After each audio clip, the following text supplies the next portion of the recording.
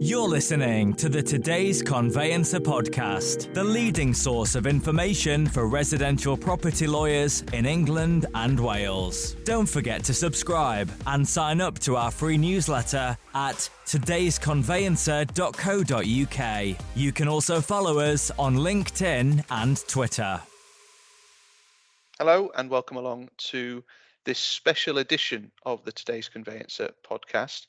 I'm joined today by Managing Director of Convey Law and Chairman at the Conveyancing Foundation, Lloyd Davies, and we're going to be talking about the Chancellor's decision to cut stamp duty. Thanks very much indeed for joining, Lloyd.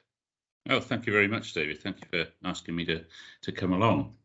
And I've invited you particularly because I think it's fair to say, Lloyd, that you've been a vocal critic of the government's interventions with SDLT, not just this latest one, but also the most recent ones in the self-styled holiday, in inverted commas. What's the issue? What, in your view, is the pitfall of this latest intervention? I think, look, first of all, any sort of tax cut can only be regarded as positive, and especially within the conveyancing industry. I think we're all hugely relieved that it is a permanent cut as opposed to a holiday. I don't think anyone could take the sort of the quarterly trauma that the last holidays caused in 2021, which I know was quite horrific for all concerned, I think. So I think there is a very, very positive spin on it. I mean, my concern is that do we need it right at this very moment in time? We're already in a situation, and I think most conveyancers and estate agents would say that we're in quite a hot market at the moment, and we have been for the last couple of years. Most conveyancers are struggling for capacity to take on more work and have had to limit it. For quite some time, really. So the initial concern, I guess, is that, we've got now another 200,000 people potentially next year who don't have to pay stamp duty. So they will add a stimulus to an already stimulated market. I think, that said, I think, what we're seeing in the sort of worldwide picture and in terms of the British economy is something quite different, because obviously we've heard a lot about recession recently, and certainly, it's been bandied about probably for the last 2 years. And I just wanted to sort of, recap a little bit, because I'm a little bit confused as to what is happening at the moment in the market. And I'm sure, not so much in the market, but with sort of British politics and the Bank of England, and I'm sure everyone else is. We've got a situation where everyone's concerned about growth, but we haven't had a chance to grow, particularly over the last 2.5 years, because obviously we've had the pandemic, we've come out of that, and then obviously we've had the war in the Ukraine. As a result of the war in the Ukraine, obviously, we've had this huge inflationary fuel prices, which is affecting everyone. Now, the government have acted very, very well in that respect, I think, most recently, to try and cut that back and reduce that inflation. And they're talking about reducing that by 4 to 5%, aren't they? So that it does come down to roughly where they need to be. Yeah. The trouble we've got, I think, is with the government sort of constantly sort of looking at, re-engaging us and trying to sort of stimulate the market. That's a good thing. I think it just needs to be left alone a little bit so that we can actually grow. I mean, I did hear last month, an economist saying that we're in recession because we've had 2 bank holidays. And you kind of think, well, all right, but, we should be looking a little bit longer term here. The economy hasn't had a chance to grow, right? We only came out of pandemic in March, and then obviously we've had the war and inflation and everything else. So I think given it enough time, it would grow on its own. And I think, there's market forces are there to drive us forward. But as a sideline to that, that's happening at the moment, obviously, is with the Bank of England and interest rates increasing. And that's the hoodoo, I think, that we should be concerned about, because on the one hand, you've got this, stamp duty situation, which is good and will stimulate us well into next year. But then you've got these interest rates coming in.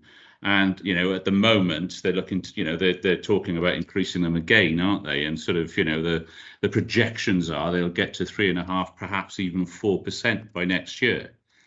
Now, that's going to have a significant impact on the housing industry, as it always does. And it seems to be contradictory, because by raising interest rates, you're increasing household inflation because people have to pay that money, which means that they haven't got the money to invest and, buy what they want, to stimulate the whole economy. So we're kind of like in that situation at the moment where, on the one hand, they're giving us, and then on the other, they're taking away. So I don't really understand what is going on.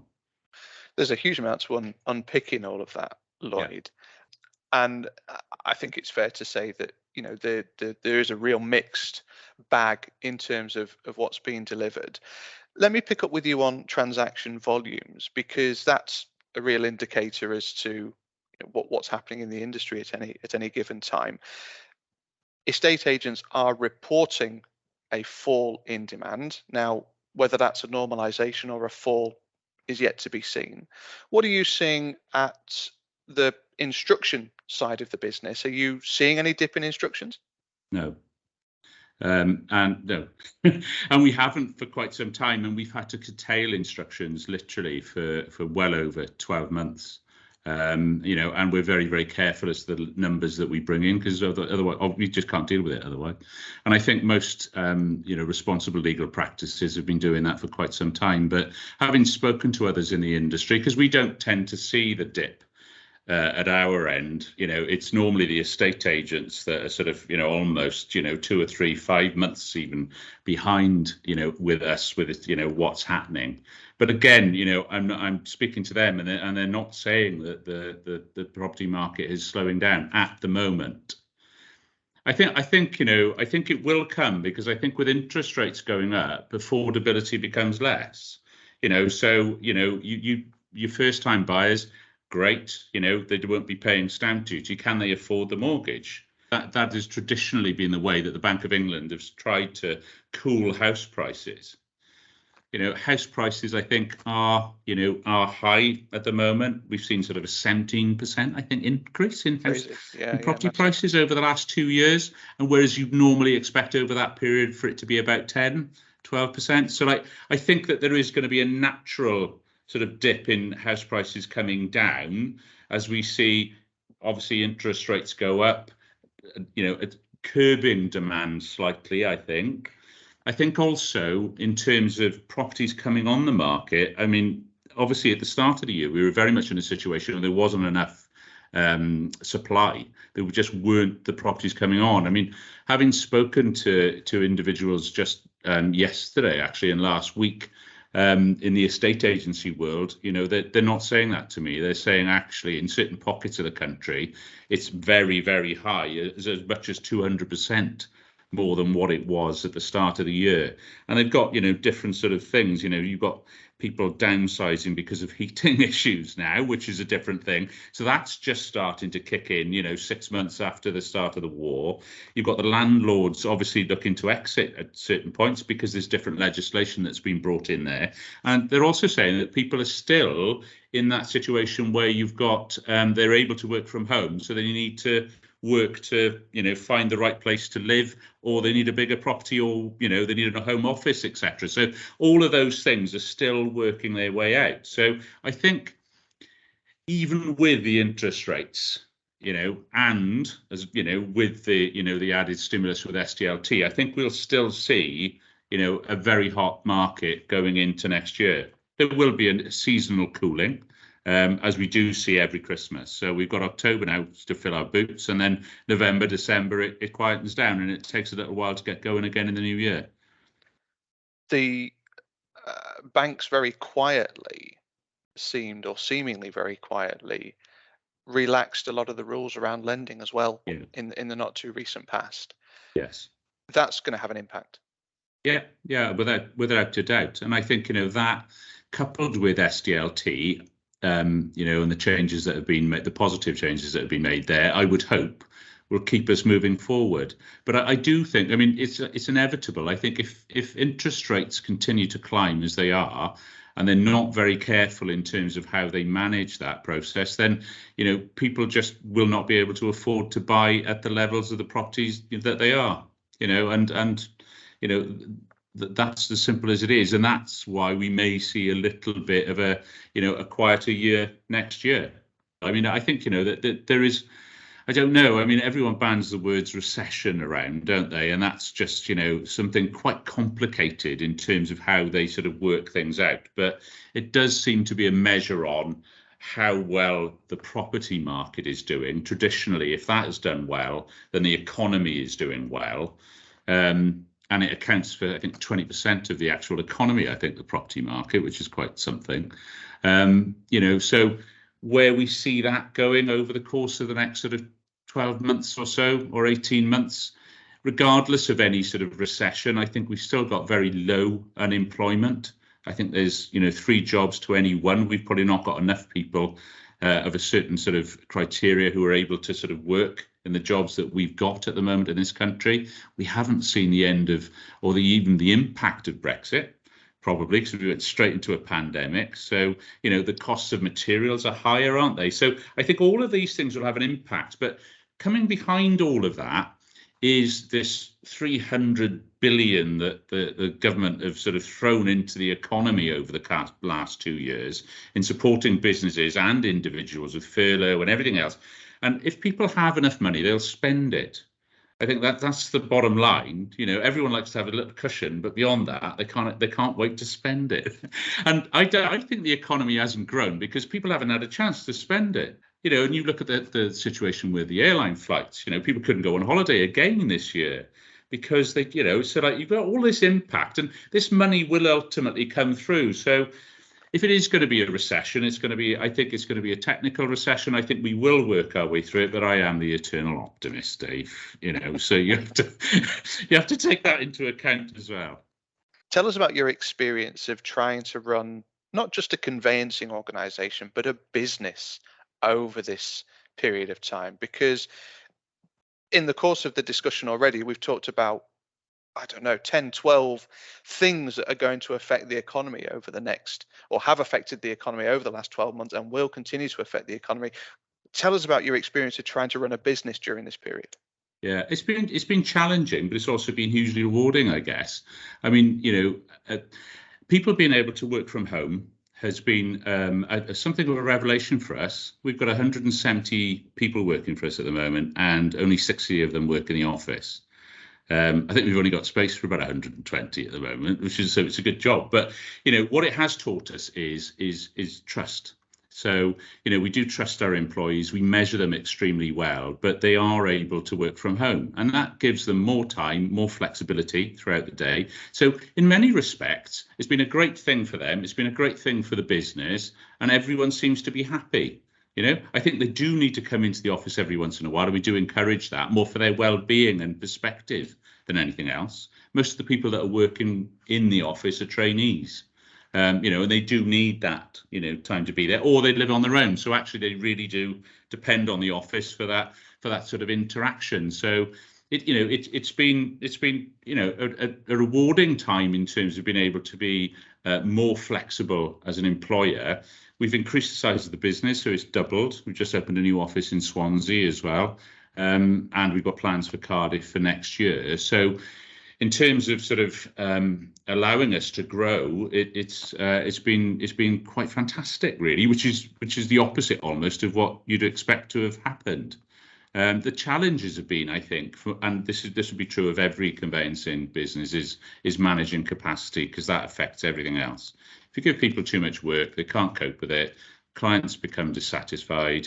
Your workforce becomes dissatisfied. People leave, and it's just So that is the key to everything, really, and has been the biggest challenge, because all lawyers hate turning away work. And I think actually we've all grown up over the last couple of years, because we realised that we don't have to take every last case. We take the ones that we want to take with the well paid, so we can reward our staff well, and that we can manage the whole process for the clients extremely well. Which rather neatly leads me on to a question about fees, because a perennial issue in conveyancing. Have you increased your fees? Are you able to do that? Yeah, it's always difficult. I think, we have a lot of long-standing relationships with introducers of business, and they have their own sort of chart as to what they want to charge. Most of them actually have increased their fees themselves because they have difficulty in allocating work. So they need to be at the top of the pile in terms of, it's gone the other way around, actually, compared to what it was. And again, that's supply and demand. There aren't enough good lawyers out there doing conveyancing, and so therefore, they're increasing. The introducers are increasing their fees so that they can get the lawyers to do their work for them. I think as well, we've been, very sort of structured in terms of how we charge clients. I think everyone has to actually sort of understand that they have to charge for the work that they do. And I think lawyers traditionally, especially when they're doing volume work, tend to forget that a little bit. So it's like taking a car in for an MOT, isn't it? You don't expect to have 4 new tyres, so if you have to have a lease extension, then you have to pay for it, and I think, it's easier. And, if you haven't got the mechanisms in place in the office to actually manage that billing process, then chances are you're going to be losing out. But yes, we've certainly seen our fees increase, and I think there's room for more movement there again, hopefully. I think one of the biggest things that the industry has to come to terms with as well is, this no move, no fee structure, and it needs to be fault based, really. I think if people are just deciding that they're pulling out of a transaction 6 or 12 weeks in, then there has to be some repercussions as opposed to them walking away. And I think that will make people think a little bit harder before they sort of get into that sort of situation, really. Going back to this additional demand then that's going to be created by a stamp duty cut, do you see that transaction times are going to extend from where they are? Are they going to stay where they are? Are they going to come down? You've talked about capacity as well, haven't you? Yeah, we've noticed that. So we've noticed this year transaction timelines have gone from 16 to 20 weeks. And I think that's correct over the whole industry. And I think there's a number of reasons for that. I think, the industry's catching its breath. Those quarterly deadlines for SDLT were very, very good at sort of focusing everyone on on being quicker. So they did have their benefits at huge detrimental cost, I think, to well-being of everyone concerned. But without those deadlines, I think it's drifted a little bit. And I think those capacity issues then are sort of creaking because the whole industry is creaking a little bit, I think. We haven't sort of much of the industry hasn't embraced digitization, and you would think that everything, these timelines should be coming down, shouldn't you? But I think there's fundamental issues, perhaps with the process of conveyancing still that we need to address. So yeah, timelines are still way out, and I think that everyone is finding that. It doesn't help really. The faster we can get them through, the better. So crystal ball time. And you've only got a few minutes for this, Lloyd. I know this could go on for a little while. If you were put in charge of overhauling the home moving industry, this is a big job. What's on your to-do list? Yeah, this is really easy, Dave. I don't need a lot of time for this, right? So I think what you need is a digital upgrade in terms of how we operate, and there's some easy wins there in terms of exchange of contracts, how we send money on the day of completion or the day before completion, digital signatures, etc. And I think all of those things could come in very quickly. You need one protocol across, solicitors, licensed conveyancers, etc. So we're all operating to the same standards. The upfront provision of information at the point of marketing is critical. They had that right in HIPS. We found now, even with a digital platform for onboarding clients, they still take 3 weeks to do it. So whether you send it out in the post or not, the only difference is that you're saving the postal time. They still take 3 weeks to get all of the information together. And of course, that adds 3 weeks on because we don't send it out until the point of sale as opposed to the point of marketing. So there is definitely some time saving to be made there. I have issued a paper as well on vendor disclosure because at the moment, with caveat emptor, buyer beware, the seller solicitor throws the information at the purchaser solicitor without regard for whether or not all of the information is there, etc. And I think if there was greater emphasis and ownership on behalf of the seller, and that could be a regulated ownership, that if they have to send the correct documentations, or they have to identify the documentation that was going to be relevant as a result of the inquiries that have been raised to the client, etc., at the point that they're issuing the contract, and look for that information, because half of our jobs as conveyancers is actually finding information at the moment still. So I think if there was greater emphasis on the vendor, the seller's solicitor or legal representative at that point, I think that again would identify issues that we could all deal with far quicker, reducing transaction times. And I think the rest then is literally about responsible leadership, I guess, which I think we are kind of learning. I think, with capacities, with fees, etc., and not giving people too much work. Staff well-being, I think we've all done a huge amount of work in that respect, and thank you for your hard work with today's Conveyancer and supporting the Be Kind We Care initiative. And I think that's brought those things to the fore as well. So again, I think that is something that I think we need to keep on building on, really, as responsible employers and responsible individuals. So there you go. In a nutshell, that's it, Dave. Not too much to do then. No. A couple of weeks' work, I would imagine. I think it's fair to say that there's a fair amount to unpick in the discussion that we've had today. Clearly, there's a giveth and a taketh away element to what the government have done in the last few days, and it remains to be seen what the impact of that is going to be on the industry. The consensus, from my point of view, seems to be that it will either keep demand as it is, which is still reasonably high, or it will increase it. And in fact, in the hour after the announcement, Rightmove reported a 10% increase in traffic to the website, which is an astonishing figure. Nobody quite knows what's going to happen, but as you've said in your commentary, it's overstimulating an already stimulated market. Hopefully we've captured some of the sentiment around the industry, and I really, really appreciate you taking the time and joining me today, Lloyd. Thank you. No problem at all. Been an absolute pleasure as always, David.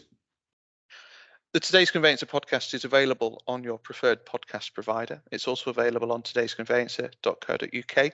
My thanks to Lloyd. Thank you to you for listening, and we'll see you again soon. You're listening to the Today's Conveyancer podcast, the leading source of information for residential property lawyers in England and Wales. Don't forget to subscribe and sign up to our free newsletter at todaysconveyancer.co.uk. You can also follow us on LinkedIn and Twitter.